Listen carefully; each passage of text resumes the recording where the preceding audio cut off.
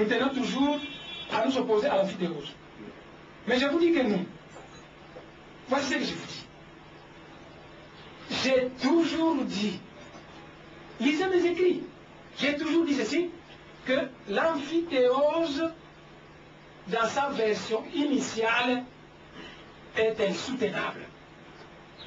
Dans sa version initiale, je suis opposé à l'amphithéose et je resterai opposé à l'amphithéose dans la version initiale.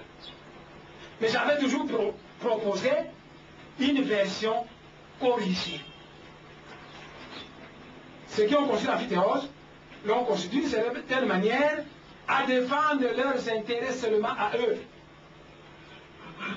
Et moi j'avais dit, nous allons prendre ce dossier, nous allons voir quel est le point qui est bien. Ici c'est bien ce qu'ils ont prévu, ici aussi c'est bien, ici aussi c'est bien, là aussi c'est bien, mais ici nous ne sommes pas d'accord. Ici nous ne sommes pas d'accord. S'il y a 4 et 5 où nous ne sommes pas d'accord, on va leur dire non, ici nous ne sommes pas d'accord, il faut plutôt articuler ça de telle manière. Et lorsqu'ils acceptent, à ce moment nous nous sommes tous d'accord et on peut mettre ce projet en application. Mon frère, je vais vous donner un exemple. Il fallait absolument que les grands sages de ce pays, pas n'importe quel aventurier, les grands sages de ce pays puissent voir ce projet dans le sens des intérêts des Congolais et des Bakongo, puisque ça concerne la terre des Bakongo. Les Bakongo doivent être représentés, ils doivent dire leur point de vue. Les Congolais doivent être représentés parce que le pays des Bakongo fait partie de la République démocratique du Congo. Nous étudions ce projet sous l'angle des intérêts du peuple congolais et du peuple du terroir, donc le Bakongo.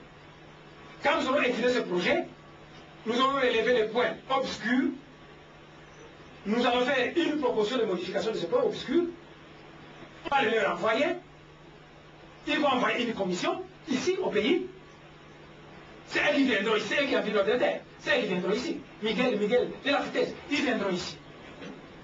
Nous discuterons avec eux. Votre projet est intéressant à certains points de vue, mais à certains points qui ne nous arrangent pas. Nous aimerions qu'on les discute ensemble avec vous. Voilà, ici vous dites ça, mais nous proposons ceci. Qu'est-ce que vous dites? On discute, on harmonise les positions, on tombe d'accord. Quand nous aurons balayé tous les points, alors nous devenons maintenant d'accord, et nous ferons une loi fondamentale de la création de cette entité, loi fondamentale qui va être signée par eux et par nous. Le chef de Bundula Congo, c'est le seul chef reconnu dans l'invisible pour le peuple Congo. C'est moi le leader du peuple Congo, par la volonté d'en haut. Et là-haut, on m'appelle le leader du peuple Congo et le veilleur silencieux du cœur de l'Afrique. Quand je deviens veilleur silencieux, toutes les tribus d'Afrique centrale, vous êtes sous mes ailes protectrices. Par conséquent, quand les gens de l'amphithéose devraient venir, c'est moi qui devrais signer ce projet au nom du peuple Congo. Je vais discuter avec eux pour harmoniser les points qui sont sombres. C'est moi qui devais m'attendre avec eux. Je serai accompagné des notables Bakongo, mais c'est moi le porte-parole. Et lors de la signature, un représentant des colons devrait signer, et moi je devrais signer au nom du peuple Congo, et quelqu'un devrait signer au nom du peuple congolais. Voilà comment les choses devraient se passer. Ce que j'ai fait sont bien connus des colons. Les colons savent que cet homme est intelligent. Nous-mêmes, à leur place, on n'allait pas faire le contraire. Mais comme le Congo est plein d'une classe politique sans esprit patriotique, il faut éviter d'aborder les moindres sèmes qui est trop clairvoyants. Nous allons chercher un politicien qui ne comprend rien du tout. Et c'est lui qui va nous signer ce projet. Et ça s'appelle le bradage de la terre du Congo. Après la terre de Bakwanga, d'autres projets sont en voie d'être confectionnés. En Ituri, on va brader, et à la fin de compte, mes chers frères, si ce pays nous appartient, c'est parce que la terre de ce pays est la nôtre. Mais si nous commençons à vendre notre terre aux étrangers, en désordre, il va venir un jour, ce pays ne nous appartiendra plus. Lorsque vous achetez une parcelle quelque part, l'ancien locataire reste là-bas. Mais le jour où vous aurez besoin de construire un building là-bas, dites-moi, la personne qui a fait la ça s'est déjà passé en Australie. Les Noirs n'ont presque plus de terre là-bas. La semaine passée au Brésil, une grande réforme, les gens qu'on appelle là-bas les sans-terre, les gens qui n'ont plus de terre. Le pays, c'est avant tout la terre. Et perdre la terre de ses ancêtres, c'est le plus grand malheur qui puisse arriver à un peuple. On est allé vendre la terre de Chikapa à des étrangers. Et ces étrangers qui ont pris la terre, ils ont dit à la population, vous n'entrez plus dans la forêt, vous n'allez plus prendre du bois, pas de l'eau, plus rien. Celui qui va là-bas, on va les tuer. C'est ma terre, je l'ai achetée. Vous vous rendez compte? Et les Kassaïens n'ont plus le droit d'aller chasser du gibier, n'ont plus le droit de faire ceci. Vous trouvez ça normal? La sagesse Congo dit que la grenouille, le crapaud, lorsqu'il veut entrer dans une calebasse, il se fait tout petit, très doux, très souple. Il glisse et quand il pénètre dans la calebasse, il se gonfle. Et quand le propriétaire de la calebasse va dire, écoutez, monsieur le crapaud, sortez de ma calebasse parce que le crapaud dit vous allez commencer à secouer, il se gonfle et le bouchon devient trop petit, il ne sort pas. Quand les étrangers viennent vous flouer, ils viennent vous présenter des choses très mielleuses qui vont vous faire accepter bêtement les choses. Et une fois qu'ils seront entrés dans la calebasse, ils se gonflent et vous devenez impuissant de faire quoi que ce soit. Les mamans kassaïennes sont sorties dans la rue, elles ont défilé nues pour protester contre la phytérose de Chikapa et le projet de la phytérose de Bakwanga, qui a été fait sans les avoir consultés, alors que si on les avait consultés, les sages du camp colon et les sages du côté kassaïen allaient se mettre ensemble, on allait étudier ce projet. Elles ont étudié le sens de leurs intérêts, les kassaïens étudient le sens de leurs intérêts, et nous les Congolais, nous étudions ce projet du Kassai dans le sens des intérêts du peuple congolais. On avait signé. Les Kassaïens allaient être gagnants dans ce projet, nous on allait être gagnants, et les étrangers aussi allaient être gagnants. Non, une classe politique pourrie, très corruptible, et qui est prêt à vendre ce pays. Donc, mon frère, la version initiale de l'amphithéose, je suis absolument contre ça. Mais une version corrigée de l'amphithéose, où on modifierait certains points que je trouve louches, je suis d'accord avec ça. Et pour pousser la sagesse loin, j'avais pris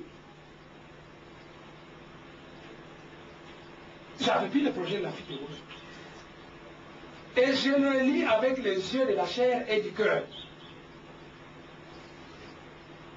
Je vais vous apprendre quelque chose. Lorsqu'un journaliste écrit qu'il a la haine envers moi, mais qu'il écrit un titre de son journal où il me glorifie, le titre est glorieux, on savait que c'est de l'hypocrisie qu'il fait, dans son cœur il a la haine envers moi.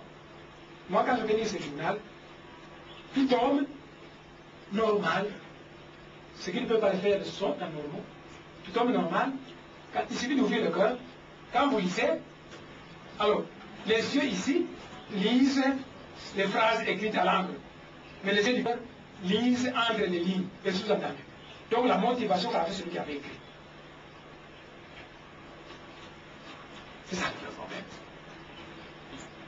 J'ai pris ce projet de l'amphithéose, je l'ai lu, j'ai vu ce que les Bakongo peuvent perdre en termes de leur terre, en termes de tout. J'ai vu ce que la République démocratique du Congo court comme risque et j'ai proposé des corrections. J'ai dit au colon, ici nous sommes d'accord, ici je suis d'accord, d'accord, d'accord, mais il faut corriger ici, là-bas, là-bas et là-bas. Et j'ai proposé ces corrections. Ici vous avez dit ceci, nous proposons ceci. Là-bas vous avez dit ça, nous proposons ceci. C'est ce que j'appelle le projet corrigé de la feuille rouge.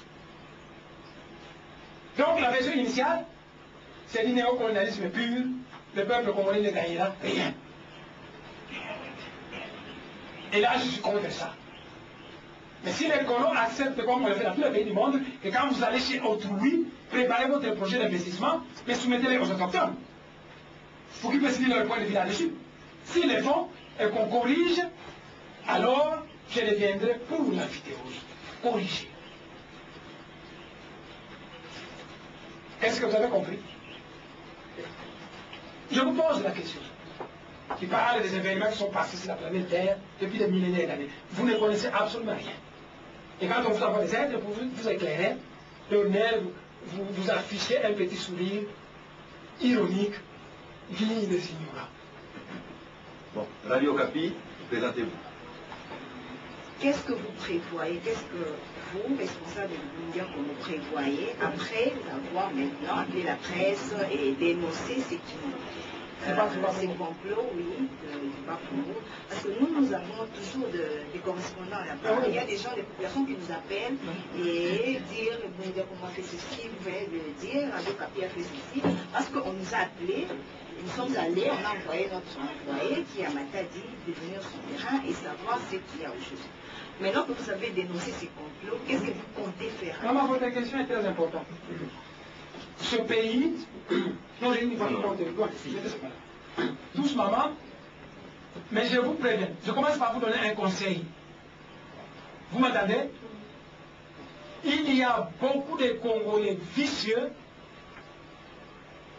sans scrupules. Il y a beaucoup de Congolais vicieux, sans scrupules, qui ne voient pas la grandeur de ce pays et le bonheur de ce pays, qui ont des intérêts mesquins à défendre. Et une fois qu'ils vous auront ciblé, que vous êtes quelqu'un qui dit toujours la vérité, que cette vérité leur blesse, alors ils sont prêts à fabriquer des mensonges qu'on va envoyer à la radio Okapi, à tel journal, à telle chaîne de télévision, pour les diffuser afin de salir quelqu'un parfois qui n'y est pour rien. Alors qu'est-ce que je vous conseille?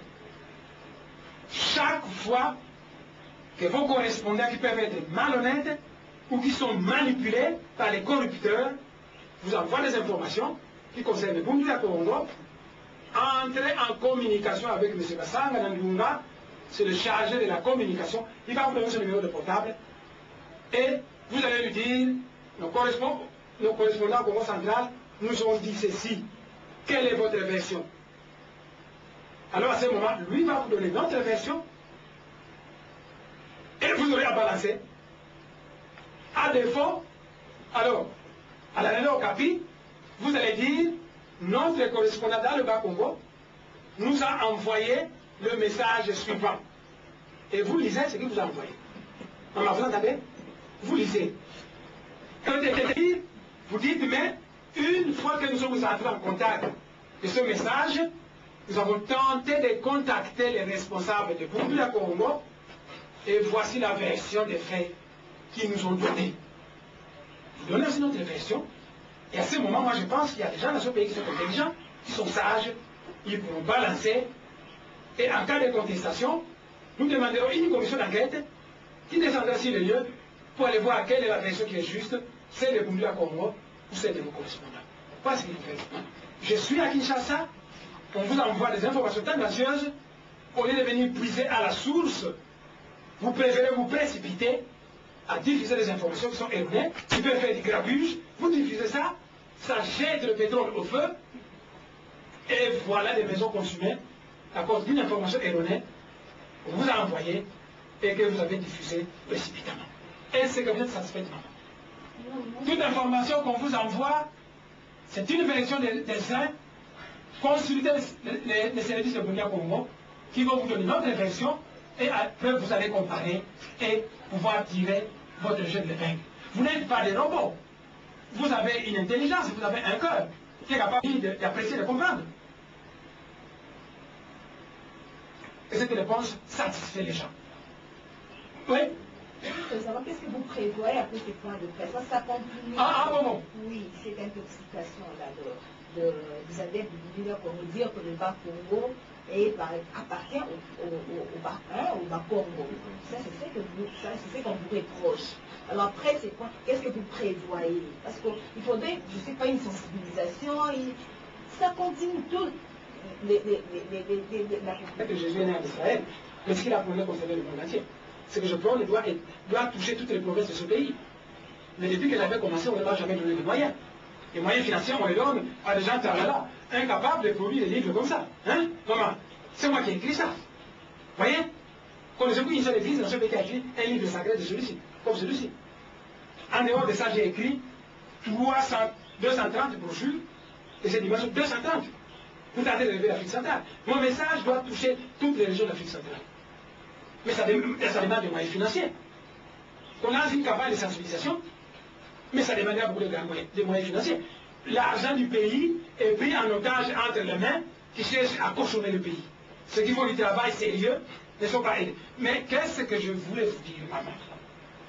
En tout cas, en Europe, vous m'entendez, en Europe, quand un certain journal a diffusé une information tendancieuse et que les accusés se sont défendus, c'est plutôt tous ces journaux qui vont maintenant se mettre en activité en disant à la réunion au Capi, mesdames, mesdemoiselles et messieurs, il y a un mois de cela, on avait accusé Bouddha Congo de ceci, de cela, de cela, mais aujourd'hui nous venons d'assister à une conférence de presse du chef de Bouddha Congo qui a donné sa propre version de fait, et il a dit ça.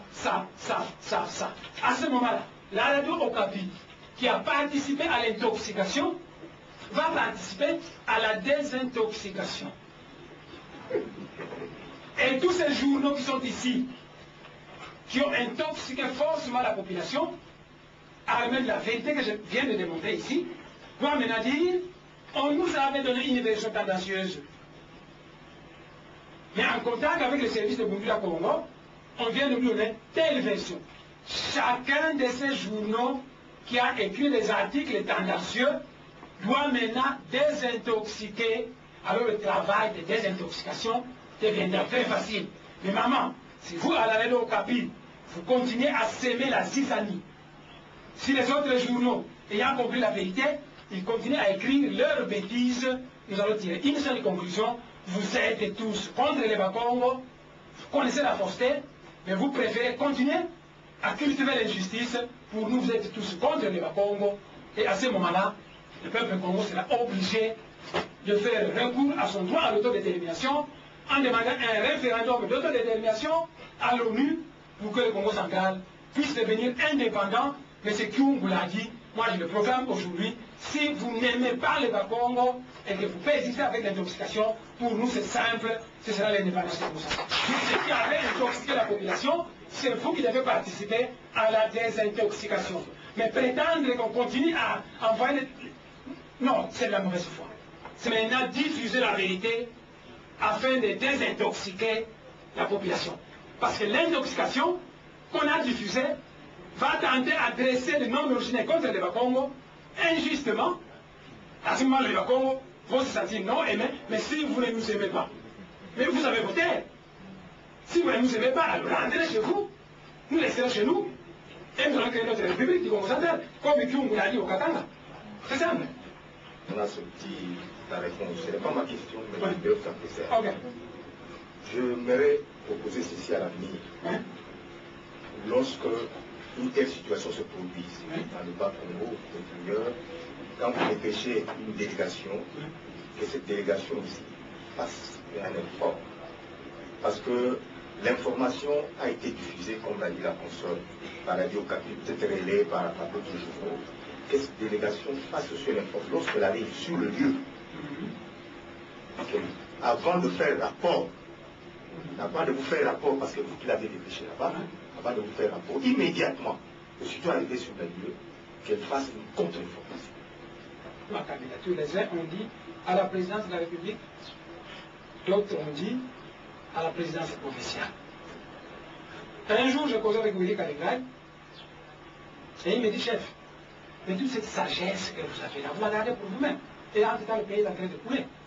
Pourquoi vous ne voulez pas vous mettre au service de la nation congolaise? Beaucoup d'amis, Bangala, Baluka, Baswahili, m'ont dit, mais posez votre candidature, vous êtes suffisamment valable. Donc, cette promesse de candidature était une demande de la population. Mais, aussitôt que les rumeurs ont circulé que Longis dépose sa candidature à la présidence, Conseil de sécurité, mon frère, une réunion qui a duré 40 heures. Ce n'était pas un seul jour. On traite aujourd'hui autant d'heures, demain on revient, le lendemain on revient, 40 heures au total. Au lieu d'aller plancher sur comment bouger les routes de Kinshasa, comment envoyer l'électricité partout à travers la République démocratique du Congo, les gens tremblent et disent, ah non, comment faire pour lui barrer la route, pour qu'il ne puisse pas, pour qu'il ne puisse pas. Et à la fin des comptes, au cours de cette réunion, quelqu'un a pris la parole en disant ceci. Mais moi, c'est oui, mais c'est un ancien fonctionnaire de l'État. Il n'y a pas de compte bancaire. Mais c'est seulement une caution. À l'époque, il disait de 100 000 $ pour poser sa candidature. Il n'aura pas cet argent là-bas. Et à ce moment-là, il va seulement être exclu. Comme ils ont fait ce qu'ils ont fait, moi je dis à la population, mais voyez, et dans ces conditions, j'ai déjà au niveau de la province. Mais là aussi, ça ne va pas. Les gens ont dit, quand les rumeurs commençaient à circuler, avant la loi électorale, quand les rumeurs commençaient à circuler, ils ont dit, mais comment tenter de contrecarrer? Il est devenu trop populaire comme ça. Si c'est le peuple qui doit voter directement, ce type va attraper plus de 97% des voix. Alors, pour le contrecarrer, faisons en sorte que l'élection du gouverneur soit au second tour. Ce sont les députés qui doivent voter. Comme ça, à ce moment-là, hein, nous allons corrompre les députés. On les corrompra et peut-être qu'on pourra. Ils se paillent, là-bas, peut-être c'est Tshisekedi, là-bas c'est les moines semi, et on a produit les lois sur le. Bon. Maintenant, la campagne va commencer. Je me posais la question de savoir qu'est-ce que Bundula Congo doit faire pour éviter que les adeptes de Bundula Congo soient attaqués et que ça puisse empêcher la bonne marche de la campagne. Mais cette question que vous me posez, mon cher frère, est fondamentale. Paï, c'est un type de Kivu. À l'époque de Mobutu, il a été gouverneur de la banque. Et il a construit au Kivu des hôtels.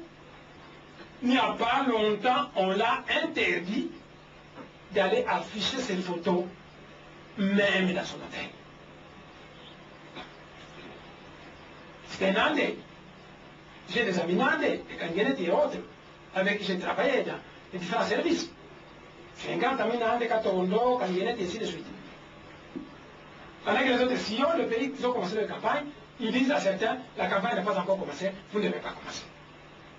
Comme ça, les autres auront fait une année de campagne, il faut aller. Et quand on vous dit que la campagne commence, il ne reste que 3 semaines. Et pour un pays aux dimensions continentales comme le nôtre, vous n'aurez pas le temps. Quand vous quittez Kinshasa, vous n'aurez pas le temps de suivre tout le pays. Et donc, ce sont des élections biaisées. Ce que vous me demandez, qu'est-ce qu'il faut faire pour que la campagne puisse se faire correctement? Eh bien, je vous dis, qu'est-ce qu'il faut faire au Kivu pour que M. Paï puisse faire sa campagne correctement? Et ma question est, qu'est-ce qu'il faut faire là en Ituri pour que ces compatriotes-là qui se plaignent puissent nous faire sa campagne? Willy Michiki, il va être de Maïman. Il semblerait qu'il serait parti sur le terrain et qu'il a aussi eu des embûches. On l'empêche de faire sa campagne correctement. Alors ces obstructions, et pourquoi? C'est pourquoi certains esprits lucides pensent que les élections dans de pareilles conditions ne seront pas du tout crédibles. C'est la mascarade.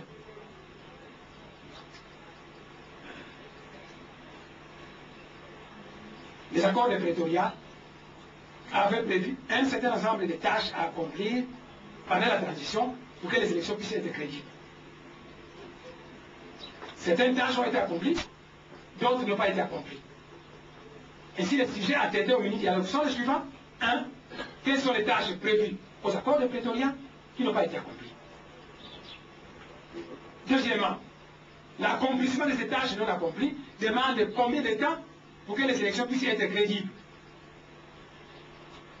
Et troisièmement, puisque les animateurs actuels, le mandat qu'on leur avait donné pour faire le 30 juin, qui vont animer la période intérimaire avant les élections, avant les élections. Voilà ce qu'on devait traiter au mini-dialogue.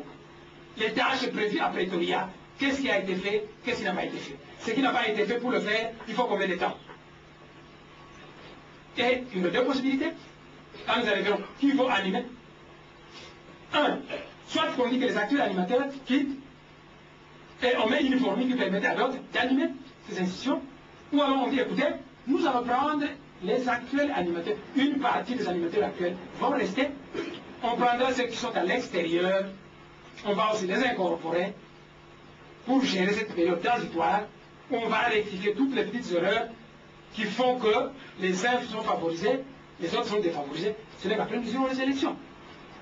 S'il y a un mini-dialogue, il faut absolument éviter de dire les partis signataires des accords. Mais qui vous a dit que ce pays leur appartient à tout seul? Moi, je n'ai pas signé ces accords. Et vous êtes sûr que ceux qui ont signé ces accords, ils sont plus intelligents que tous ceux qui n'ont pas signé ces accords. Ces partis signataires des accords, mais ils ont échoué avec leur transition. Alors, eux qui ont échoué, on dit encore qu'ils doivent encore aller siéger. Mais pourquoi ça?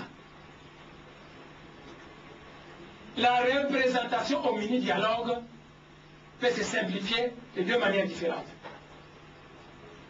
On dit qu'il faut un mini-dialogue, d'un côté, les 1 plus 4. De l'autre côté, l'UDPS, Bundula Congo, et les autres qui ne font pas partie des institutions. Mes chers frères, faites votre tribalisme ridicule. Mais au Vatican, les gens savent ce que Bundula Congo représente son chef. Au Tibet, les gens savent. Dans le monde, les gens savent. Quel est cet opposant?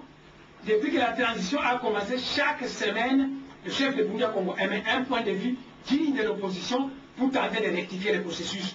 Dites-moi quel est ce parti politique de ce pays qui a produit 300 et quelques Congolietos où il y a des idées de l'opposition chargées de tendre à redynamiser le processus, qui vont jouer la carte des gens qui soutiennent les injustices de ce pays. Faites tout pour qu'à chaque tournant de l'histoire de ce pays, vous puissiez chercher la vérité, rien que la vérité, et la mettre à la disposition du peuple congolais, parce que seule la vérité pourra sauver ce pays. Le Maître Jésus a dit, vous connaîtrez la vérité, et la vérité vous affranchira. Je viens de vous montrer la vérité sur les événements qui se déroulent actuellement au Congo central. C'est ça la vérité, la pure vérité. C'est une cabale montée par une certaine composante qui cherche à casser Bundula Congo avant les élections. C'est ça la vérité. Diffusez cette vérité. Faites la campagne de désintoxication pour le bien de ce pays. Quant au parti visé, moi je suis toujours disponible. Ce sont les sages qui doivent régler les problèmes du pays. Et si les gens du PPRD, M. Vital Kamerhe et autres, souhaiteraient me rencontrer pour discuter ensemble et harmoniser les positions et faire en sorte qu'il n'y ait plus de tension, nous serons tout à fait d'accord de les recevoir. Parce que s'ils étaient seulement venus quand je l'appelais, peut-être qu'on aurait déjà pu trouver une solution qui allait faire que tous ces problèmes que nous sommes en train de déplorer n'allaient pas avoir lieu. Voilà mon mot de la fin. Donc, prenons la vérité, car seule la vérité libère. Et quant à ceux qui persécutent Bundula Congo, s'ils sont des nationalistes qui aiment ce pays, s'ils prennent réellement le dialogue, nous sommes ouverts de nous mettre ensemble avec eux pour discuter ensemble, pour trouver un compromis qui mettra fin à une tension inutile entre les fils d'un même pays. Voilà le mot de la fin. Je vous remercie.